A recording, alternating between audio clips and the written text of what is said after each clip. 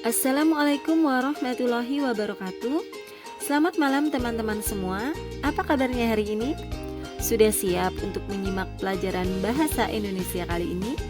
Pastikan kalian sudah menyiapkan buku dan alat tulisnya, serta jangan lupa berdoa dulu ya sebelum kita memulai belajar. Pada hari ini Ibu akan membahas materi modul 1, yaitu mengenai teks deskripsi. Materi teks deskripsi ini merupakan materi kelas 7 untuk pendidikan kesetaraan paket B. Teks deskripsi adalah teks yang berisi penggambaran suatu objek, tempat, atau peristiwa tertentu kepada pembaca secara jelas dan terperinci sehingga pembaca seolah-olah melihat dan merasakan sendiri apa yang dideskripsikan oleh penulis. Teks deskripsi memiliki ciri-ciri umum sebagai berikut. Yang pertama adalah objek yang dibicarakan pada teks deskripsi bersifat khusus atau personal. Misalnya, deskripsi tentang burung merak, maka hal yang dibicarakan khusus pada burung merak, baik itu keistimewaan atau ciri khas lainnya yang terdapat pada burung merak yang berbeda dengan burung lainnya. Ciri umum yang kedua adalah teks deskripsi bertujuan menggambarkan atau melukiskan secara rinci dan penggambaran sekonkret mungkin atas suatu objek atau suasana atau perasaan sehingga pembaca seakan-akan melihat, mendengar, atau mengalami apa yang dideskripsikan. Ciri umum yang ketiga adalah isi teks deskripsi diperinci menjadi perincian bagian-bagian objek dan menggambarkan secara konkret tentang objek. Misalnya, menggambarkan tempat wisata yang indah, maka akan dikonkretkan indahnya seperti apa, kemudian warna langitnya apa, pemandangannya bagaimana, udaranya, dan lain sebagainya. Teks deskripsi memiliki struktur antara lain. Yang pertama adalah identifikasi atau gambaran umum. Pada identifikasi atau gambaran umum berisi nama objek yang dideskripsikan, lokasi, sejarah lahirnya, makna nama, atau pernyataan umum tentang objek. Bagian yang kedua adalah deskripsi bagian. Pada deskripsi bagian berisi perincian bagian objek yang diuraikan atau dirinci berdasarkan tanggapan subjektif penulis. Perincian dalam teks deskripsi dapat diisi dengan apa yang dilihat, kemudian apa yang kita dengar, dan apa yang dirasakan.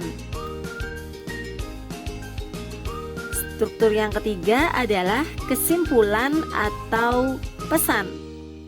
Kesimpulan atau pesan di sini berisi penutup teks, yaitu tentang kesimpulan atau kesan penulis. Bagian ini bersifat pilihan ya teman-teman, boleh ada atau tidak. Nah, pada struktur yang ketiga sebelumnya, pada deskripsi bagian, pada deskripsi bagian tersebut memiliki jenis pengembangan 3 jenis. Yang pertama adalah deskripsi bagian berdasarkan ruang. Pada deskripsi bagian berdasarkan ruang berisi perincian bagian-bagian ruang objek yang dideskripsikan. Misalnya, penulis mendeskripsikan pintu masuk, kemudian bagian tengah, bagian belakang, dan menyebutkan nama ruang-ruang dan ciri-cirinya. Kemudian jenis pengembangan yang kedua adalah deskripsi bagian berdasarkan anggota-anggota bagian objek. Pada deskripsi bagian berdasarkan anggota-anggota bagian objek berisi tentang perincian bagian-bagian yang dideskripsikan. Misalnya, pantai digambarkan bawah lautnya, kemudian bibir pantainya, ombaknya, dan pasirnya. kemudian ada juga pemandangan tumbuhannya dan hewan pantainya bagaimana, seperti itu. Kemudian deskripsi yang ketiga adalah deskripsi bagian berdasarkan proses sesuatu berlangsung, di mana pada deskripsi bagian ini berisi perincian bagian awal mulai meningkat, kemudian mengalami puncak atau inti, kemudian penutup.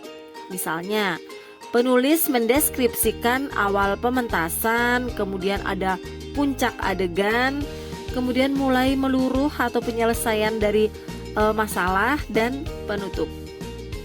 Nah, deskripsi bagian yang terakhir adalah deskripsi bagian berupa pemfokusan, di mana pada deskripsi bagian ini berisi bagian yang disukai dari bagian yang dideskripsikan.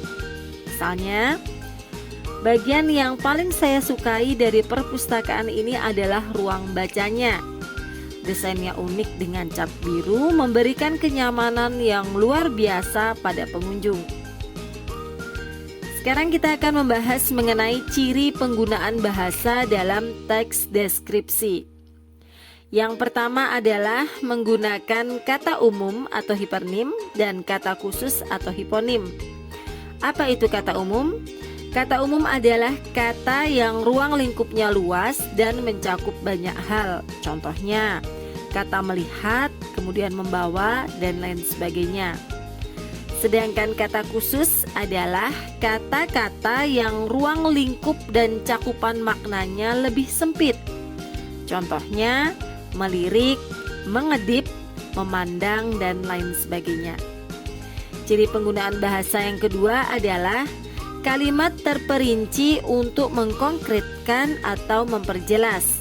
Misalnya pada kalimat, ibuku orang yang sangat sabar, maka kalimat perinciannya adalah ibu tidak pernah mengeluh dengan keadaan. Sejak ayah meninggal, ibu mencari nafkah untuk kami. Ciri penggunaan bahasa yang ketiga adalah menggunakan kalimat cerapan panca indera. Misalnya, angin semilir membelai rambutku. Nah, kalimat tersebut termasuk dalam cerapan indera perabaan. Contoh lainnya, aroma melati memenuhi ruangan ini. Nah, contoh kalimat sebelumnya itu merupakan dalam cerapan indera penciuman. Ciri penggunaan bahasa yang keempat adalah menggunakan kata dengan emosi yang kuat. Misalnya, ayahku memang tangguh, setiap hari bekerja keras untuk menghidupi keluarga kami. Ciri penggunaan bahasa yang kelima adalah menggunakan kata berimbuhan. Kata berimbuhan adalah kata dasar yang mendapat awalan atau prefiks, kemudian akhiran atau sufiks, dan sisipan atau infiks. Misalnya pada kata pemandangan. Pada kata pemandangan terdiri dari awalan pen yang ditambahkan dengan kata dasar pandang dan mendapatkan akhiran an, jadi menjadi kata pemandangan. Ciri penggunaan bahasa yang keenam adalah menggunakan kata penghubung atau konjungsi. Kata hubung atau konjungsi adalah kata yang digunakan sebagai penghubung antar kata, frasa, klausa, atau kalimat. Misalnya kata dan, juga, tetapi, sehingga, meskipun demikian, oleh sebab itu, oleh karena itu, dan lain sebagainya. Sekarang kita menuju pada langkah-langkah dalam menyusun teks deskripsi. Langkah yang pertama adalah kita harus menentukan terlebih dahulu subjek yang akan dideskripsikan. Kemudian setelah kita menentukan subjek, maka kita harus membuat judul yang menarik. Jadi judulnya yang semenarik mungkin. Yang ketiga, kemudian buatlah kerangka bagian. Yang keempat, carilah data dengan cara bagaimana? Membaca, mengamati, atau berkunjung langsung ke lokasi, dan lain sebagainya. Langkah yang kelima adalah menata kalimat-kalimat ke dalam paragraf pembuka atau identifikasi, kemudian pada paragraf bagian dan paragraf penutup.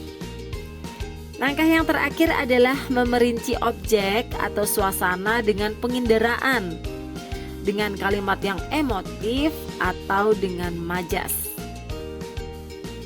Nah teman-teman, alhamdulillah selesai sudah materi modul 1 mata pelajaran Bahasa Indonesia mengenai teks deskripsi. Ibu berharap setelah kalian memahami materi ini, kalian sudah bisa membuat teks deskripsi sendiri di rumah. Semoga apa yang Ibu sampaikan pada hari ini bisa bermanfaat dan menambah wawasan keilmuan kalian. Ibu mohon maaf apabila ada kata-kata yang kurang berkenan bagi kalian. Sekian dan terima kasih. Wassalamualaikum warahmatullahi wabarakatuh.